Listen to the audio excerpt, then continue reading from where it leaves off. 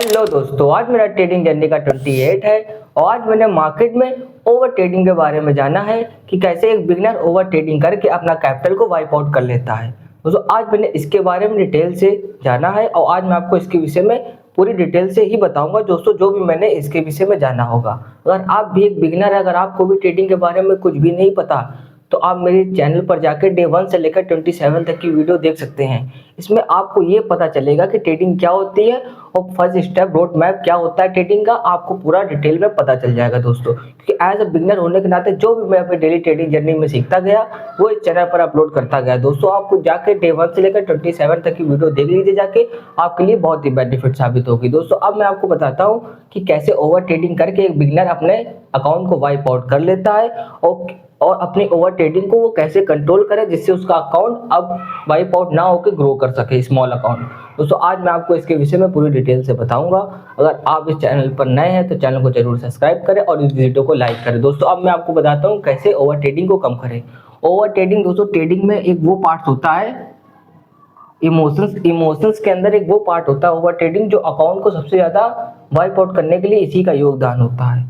उस over trading को कम करने के लिए सबसे पहला रूल ये होगा कि आपकी स्ट्रैटेजी एक बेसिक में होनी चाहिए। अगर आप क्रिप्टो मार्केट ट्रेड करते हो तो 24/7 ये मार्केट ओपन रहता है, तो इस मार्केट में ओवर ट्रेडिंग होने का बहुत ही चांसेस है। क्योंकि एज अ बिगिनर होने के नाते मैं भी ओवर ट्रेडिंग ना कर सकूं, इसलिए मैंने अपनी स्ट्रैटेजी बनाई और इसे डिसिप्लिन से फॉलो करूंगा तो मेरी ओवर ट्रेडिंग नहीं होगी। पहला स्टेप, अगर आप क्रिप्टो मार्केट में ट्रेड करते हैं तो ये मार्केट 24/7 ओपन रहता है। पहली बात तो ये।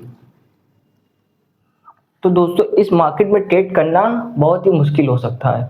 आप अपनी स्ट्रैटेजी देखिए कि मेरी स्ट्रैटेजी बेसिकली, अगर आप स्कैल्पर हैं तो अपना एक सेशन डिसाइड करिए कि मुझे लंदन सेशन में ट्रेड करना है कि न्यूयॉर्क सेशन में ट्रेड करना है कि एशियन सेशन में ट्रेड करना है।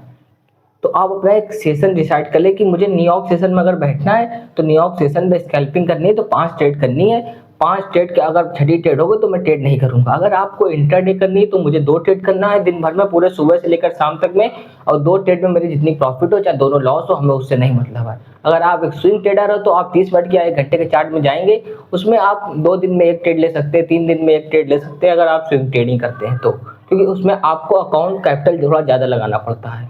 दोस्तों अगर आप स्कैल्पर हैं, बेसिकली आप स्कैल्पिंग और इंट्राडे ही करेंगे, क्योंकि एक बिगिनर यहीं से अपना अकाउंट को ग्रो कर सकता है स्कैल्पिंग और इंट्राडे से। स्विंग ट्रेड तो वो लोग करते हैं जो प्लान बी भी होता है, जिनके पास एक ऑफिस वर्क होता है, उनके लिए जो plan a full time trader होते हैं वो स्कैल्पिंग और इंट्राडे करते हैं। दोस्तों अब मैं आपको बताता हूँ कि कैसे स्कैल्पिंग और इंट्राडे में ओवर ट्रेडिंग कैसे कम करें। दोस्तों अपनी एक स्ट्रैटेजी बनाइए और उसे बैक टेस्टिंग कीजिए। उस बैक टेस्टिंग में अपना एक डिसिप्लिन बनाइए कि मुझे दिन भर में सिर्फ 2 ट्रेड करना है।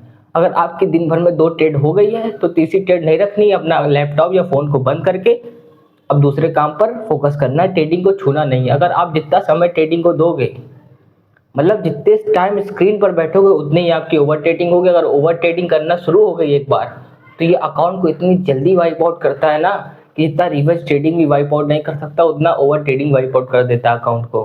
दोस्तों इसे ओवर ट्रेडिंग को सिर्फ एक ही चीज़ कंट्रोल कर सकती है, डिसिप्लिन। कि मैंने एक रूल बनाइए और रूल को डिसिप्लिन से डेली फॉलो करिए कि मुझे 2 ट्रेड लेनी है या फिर 3 ट्रेड लेनी, जो कि आपके कैपिटल के हिसाब से बेनिफिट हो, आपके हिसाब से आप अपना रूल बना के फॉलो कर सकते हैं। अगर आपके पास ज़्यादा कैपिटल है तो आप 4 ट्रेड लीजिए कि मुझे 4 ट्रेड हो जाए तो 5वीं ट्रेड जब मुझे लेनी हो तो मैं नहीं लूँ। तो इसी तरह से अपनी ओवर ट्रेडिंग को कंट्रोल कर सकते हैं। दोस्तों मैं भी अपनी ओवर ट्रेडिंग कंट्रोल करूंगा डे 30 के चैलेंज होने के बाद, और डे 30 चैलेंज कंप्लीट करने के बाद जो भी मैं अपनी फर्स्ट ट्रेड लूँगा इसी चैनल पर अपलोड करूँगा।